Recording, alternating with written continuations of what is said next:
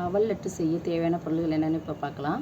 1 cup வெள்ளை அவல், 1 cup பொடித்த வெல்லம், 20 முந்திரி, 20 திராட்சை, 1 கப்பு தேங்காய் துருவல், 1 ஸ்பூன் ஏலக்காய் தூள், 1 ஸ்பூன் நெய். இது இப்படி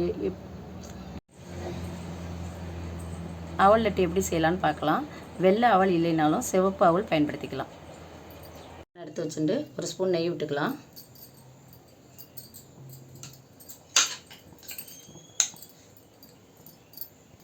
நெய் உருகி வந்துடுச்சு.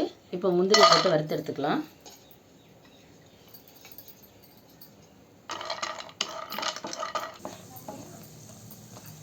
கோல்டன் ப்ரௌன் கலரில் வந்துடுது. இதை இப்போ எடுத்துக்கலாம்.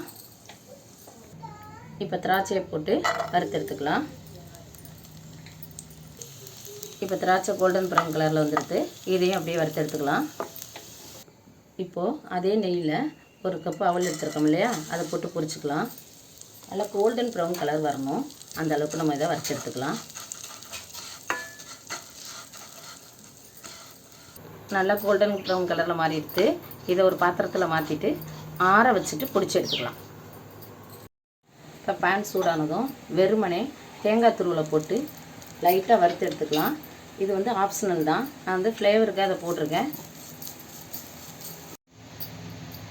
தேங்காய் துருவல் வறுபட்டுருச்சு. இதை ஆற வச்சு நம்ம பொடிச்சு எடுத்துக்கலாம். வறுத்து அவல் நல்லா ஆறி எடுத்து இப்போ அதை மிக்சி ஜாரில் போட்டு பொடிச்சு எடுத்துக்கலாம். இப்போ அவல் வந்து ரவா பதத்துக்கு பொடிச்சு எடுத்துகிட்டு வந்தாச்சு. அதோட நம்ம பொடிச்ச வெல்லத்தை போட்டுக்கலாம். அதேமாரி வறுத்த தேங்காய் துருவலையும் போட்டு இப்போ திரும்ப ஒரு சுற்று பொடிச்சு எடுத்துகிட்டு வந்துக்கலாம். நல்லா பொடிச்சு எடுத்துகிட்டு வந்தாச்சு. இது ஒரு கிளாஸ் பவுலுக்கு ட்ரான்ஸ்ஃபர் பண்ணிக்கலாம்.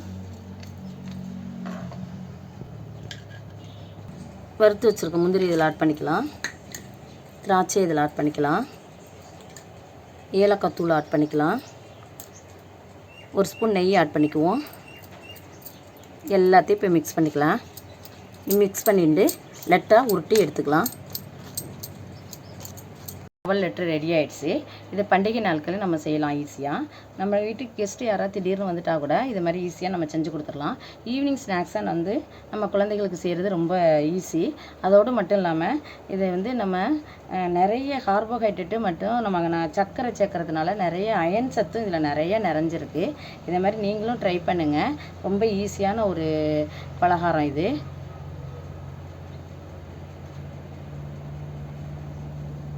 சூப்பரான அவல் லட்டு ஆயிடுத்து.